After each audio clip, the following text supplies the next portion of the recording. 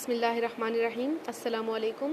Class 5th के students को subject maths की डिटेल समझाने लगी हूँ बेटा। आपको जो समर टास्क दिया गया है, ये रहा आपका समर टास्क। इसको किस तरीके से आपने करना है मैं आपको समझाती हूँ कि ये चैप्टर का नाम है फ्रैक्शंस। अब बताते हैं कि फ्रैक्शन होता क्या है। पहले आप ये देख लें फ्रैक्शन क्या होता है।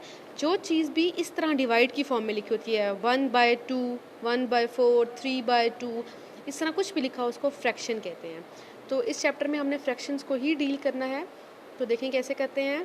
पहला सवाल लिखा हुआ है 1/2 प्लस 1/4। अब हम क्या कर रहे हैं, दो फ्रैक्शंस को ऐड कैसे करते हैं, टू फ्रैक्शंस को ऐड कैसे किया जाता है। ऐसे बिल्कुल भी नहीं होगा 1 में 1 किया 2, 4 में 2 किया 6, नो वे। आपको बेटा अब इसको ज़रा गौर से देखना है। ये जो नीचे चीज़ लिखी होती है इसको डिनोमिनेटर कहते हैं। क्या कहते हैं? डिनोमिनेटर। तो जो डिनोमिनेटर में वैल्यू लिखी होती है इसको क्या करना है आप लोगों ने जी। तो डिनोमिनेटर में जो वैल्यूज़ लिखी होती हैं, डिनोमिनेटर में क्या लिखा है 2 और 4, आप लोगों ने रफ वर्क में इन दोनों वैल्यूज़ का एलसीएम लेना होता है। क्या लेना होता है? एलसीएम। तो एलसीएम इन दोनों वैल्यूज़ को कैसे लिया जाएगा? सबसे छोटे से स्टार्ट करते हैं 2 से। 2 1s are 2, 2 2s are 4। फिर नेक्स्ट पे चलते हैं, क्योंकि जब तक नीचे दोनों तरफ 1 नहीं आ जाए तब तक हमारा एलसीएम चलता रहता है। 2, ये वाला 1 एज इट इज़ नीचे उतर आएगा और 2 1s are 2। इस 1 को हमने नहीं छड़ा, ये ऐसे ही उतर आया और 2 1s are 2। ठीक हो गया। 2 1s are 2 इधर लिखा, 2 2s are 4। फिर ये वाला 1 एज इट इज़ उतर आया, 2 1s are 2।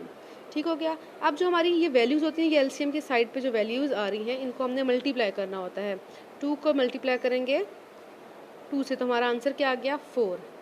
अब जो हमारा एलसीएम आया उसको हमने क्या करना है, मैथ का रूल होता है हर स्टेप से पीछे इज इक्वल लगता है।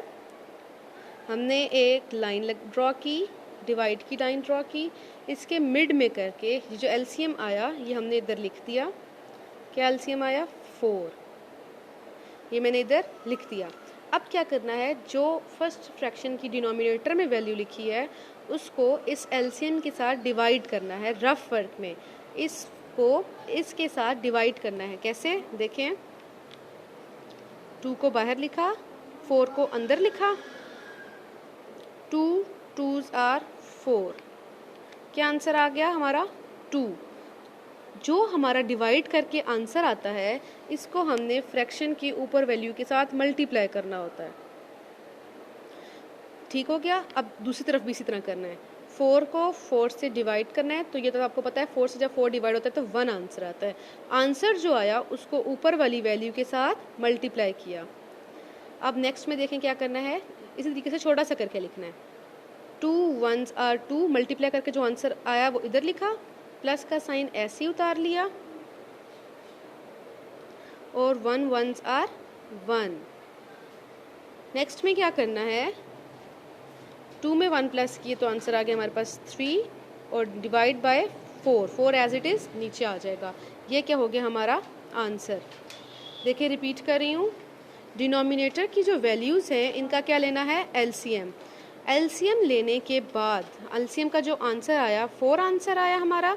4 को हमने डिवाइड का निशान लगा के, इस लाइन को डिवाइड भी कहा जाता है, ठीक है, बाय भी बोल सकते हैं, 1/2, 1 डिवाइडेड बाय 2 इस तरह भी बोला जा सकता है, और फ्रैक्शन भी कहते हैं। 4 इधर लिख लिया। अब क्या, जो पहली फ्रैक्शन है उसके डिनोमिनेटर को इस 4 से डिवाइड किया, 2 को 4 से डिवाइड किया, आंसर आया 2। जो आंसर आता है उसको ऊपर वाली वैल्यू के साथ मल्टीप्लाई करते हैं। इसी तरीके से नेक्स्ट फ्रैक्शन के साथ भी 4 को 4 से डिवाइड किया, 1 आंसर आया, 1 को ऊपर मल्टीप्लाई कर दिया। फिर 2 1s are 2, 1 1s are 1। 2 में 1 को प्लस किया, आंसर आया 3 और 4 एज इट इज़ हमने डिवाइड कर दिया। ये था एग्जाम्पल नंबर 1 जो आपके नोट्स में आपको समर वेकेशन वर्क में दिया गया है। नेक्स्ट देखें एग्जाम्पल 2। इसमें वैल्यू आ गई है होल में। किस में आ गई है? होल में। होल में वैल्यू को कन्वर्ट करके आगे आपने सॉल्व उसी तरह करना है। जो वैल्यू ये साइड में लिख दी जाती है फ्रैक्शन के साथ, इसको कहते हैं होल फ्रैक्शन। क्या कहते हैं? Whole fraction. अब मैं आपको बताती हूँ होल फ्रैक्शन को कैसे कन्वर्ट करते हैं। देखिए मैं जस्ट एक होल फ्रैक्शन को लिख रही हूँ यहाँ पे। क्या लिखा है, 1/2 माइनस 3/10। अब इस होल को ख़त्म करने का तरीका देखें। आपने जो डिनोमिनेटर में वैल्यू लिखी है उसको साइड वाली वैल्यू से करना होता है मल्टीप्लाई। 2 1s are 2। क्या आंसर, इसको किससे, इसको इससे क्या करते हैं हम, मल्टीप्लाई करते हैं। आंसर हमारा क्या आ गया, 2। जो हमारा आंसर आता है उसको हमने इसके साथ प्लस करना होता है। 2 में 1 प्लस किए, क्या आ गया, 3। 3 हमने किधर लिख लिया, इधर। और जो 2 था उसको एज इट इज़ दोबारा इसके नीचे लिख लिया। ये एरोज लगाने नहीं है, ये सिर्फ समझाने के लिए मैंने लगाए हैं। 2 1s आर 2 इधर लिखा। जो मल्टीप्लाई करके आंसर आया उसको इससे क्या कर दिया, प्लस। तो होल फ्रैक्शन किस में कन्वर्ट हो गई, कंप्लीट फ्रैक्शन में। This is whole fraction, this is complete fraction. दरमियान में कौन सा साइन है, माइनस का। फिर हमने लिखा 3/10। अच्छा, अब देखें, आप लोगों ने याद रखना है जब भी दो फ्रैक्शन प्लस या माइनस होती हैं, मैं मल्टीप्लाई डिवाइड नहीं बोल रही, या तो प्लस या तो माइनस, तो उसके अंदर आप लोगों ने डिनोमिनेटर का एलसीएम ही लेना होता है। ये सेम स्टेप्स दोबारा होंगे। 2 और 10 का एलसीएम लिया जाएगा। मैं रिपीट कर देती हूँ, बेशक दरमियान में माइनस लिखा है, अगर माइनस लिखा है तो इस तरह यहाँ पे दरमियान में क्या आ जाएगा, माइनस। बाकी सब स्टेप्स सेम है, लेकिन करवा देती हूँ। 2 और 10 का क्या ले लिया हमने, एलसीएम। कैसे, 2 1s आर 2, 2 5s आर 10, फिर 5 इधर लिखेंगे, 1 एज इट इज़ उतर आया, 5 1s आर 5। क्या वैल्यूज़ आ गई, 5 और 2। जो साइड पे वैल्यूज़ आती हैं इनको क्या करते हैं, मल्टीप्लाई।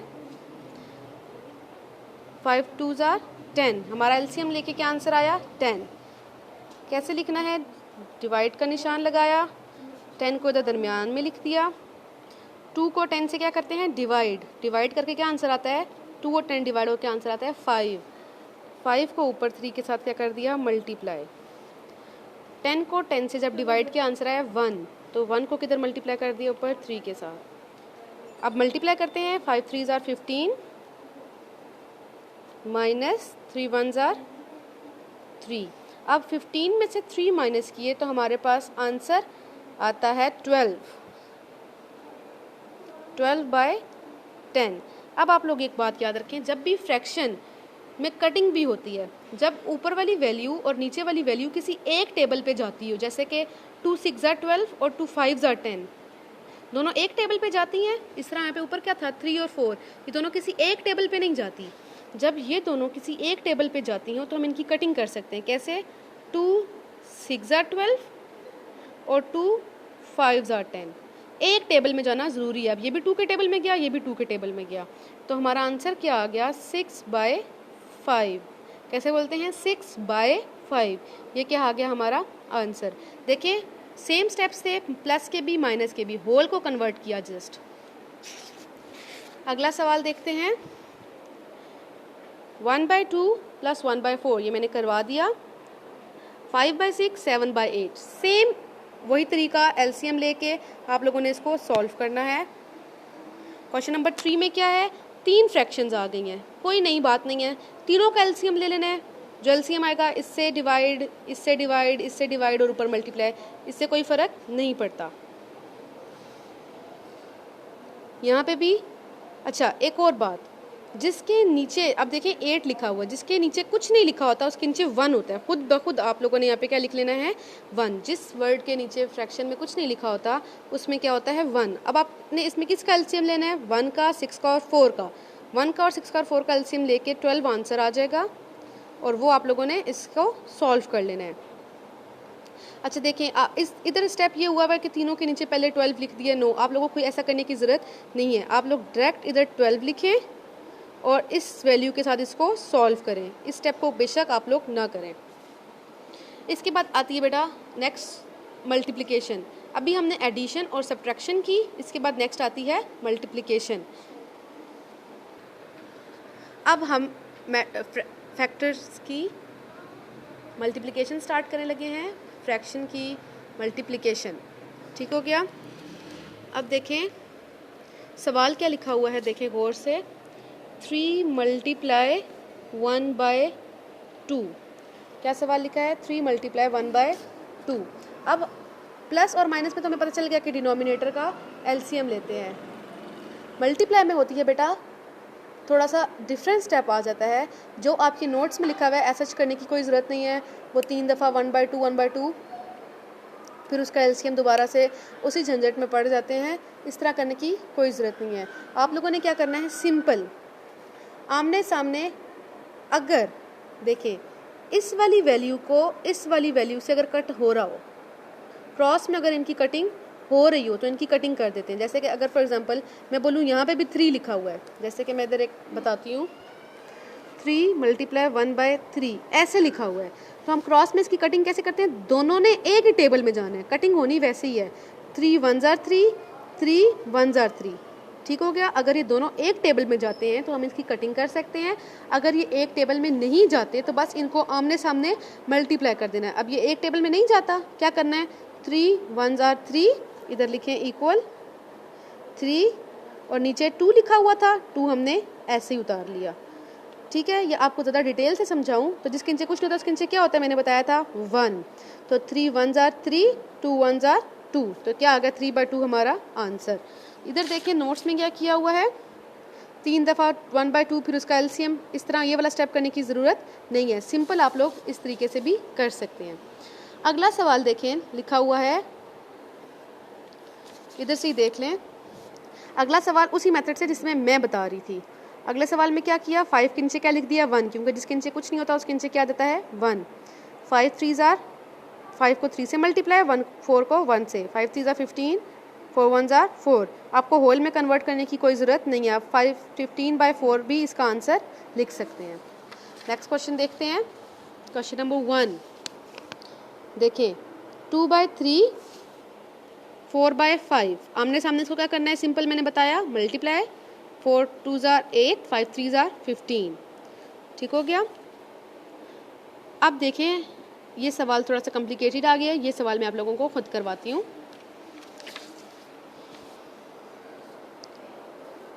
2/5 मल्टीप्लाई 3/8 मल्टीप्लाई 2/15, ठीक हो गया। अब इसके अंदर भी आप लोगों ने करनी कटिंग क्रॉस में। ये देखें इधर क्रॉस में कटिंग होती है, यस होती है। कैसे होती है, 2 1s are 2, 2 4s are 8, जाता है ना, ये भी 2 के टेबल में और ये भी 2 के टेबल में, ये हो गई हमारी कटिंग।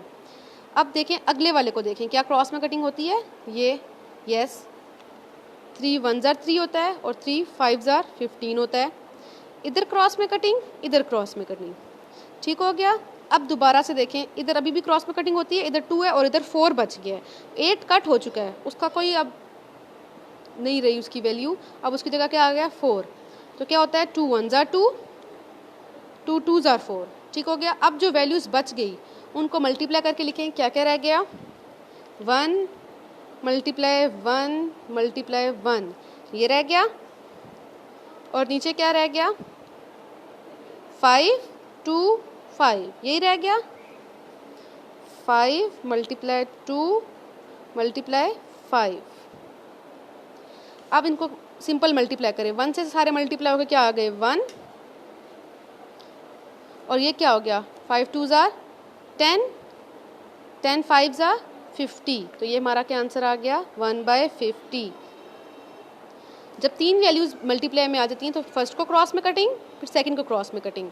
आपने ये याद रखना है, कटिंग हमेशा सेम टेबल पे होती है। अगर इसको 2 से काटा है तो ये भी 2 से ही जाना चाहिए, इसको 3 से किया है तो ये भी 3 पे ही जाना चाहिए। Is it clear? अब देखें ये वाला सवाल एज इट इज आया, ये वाला क्या है, ये आपको मैंने होल को कन्वर्ट करना सिखा दिया है, वो आपने कन्वर्ट किया। अब क्या किया, इसकी कटिंग की। कैसे कटिंग की ज़रा देखें, 4 1s are 4, 4 5s are 20, cutting हो गई।